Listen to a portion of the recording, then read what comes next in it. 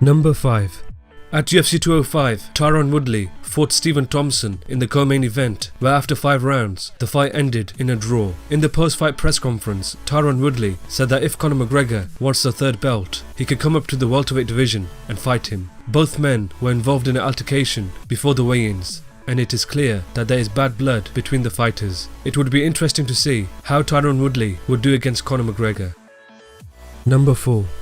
Nate Diaz shocked the world when he defeated Conor McGregor by submission via a rear naked choke in the 2nd round at UFC 196. The rematch took place at UFC 202, where Conor McGregor won the fight by a majority unanimous decision. The 2nd fight broke all of the UFC records, becoming the biggest event in UFC history, with both fighters holding a win over one another. The 3rd fight needs to happen, as the 2nd fight showed no clear indication of who the better fighter was. The 3rd fight will finish the argument once and for all.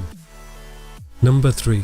Tony Ferguson is the number 1 lightweight in the UFC. He recently defeated former UFC lightweight champion Rafael dos Anjos by a unanimous decision at UFC Fight Night 98. He completely outclassed the former champion in all areas of the fight to earn the victory. He has 8 consecutive wins in the UFC and has faced all of the top lightweights in the division. A victory over the former champion in Rafael dos Anjos has proved that he is ready for a title shot. It would be interesting to see how Tony Ferguson does against Conor McGregor.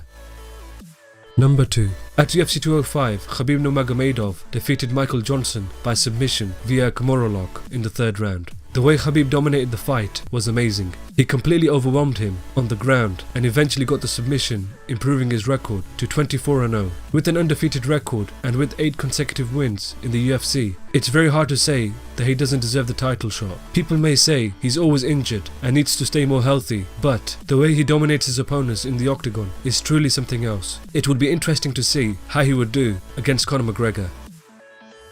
Number 1. At UFC 194, Conor McGregor shocked the world when he knocked out Jose Aldo in just 13 seconds, winning the UFC featherweight title.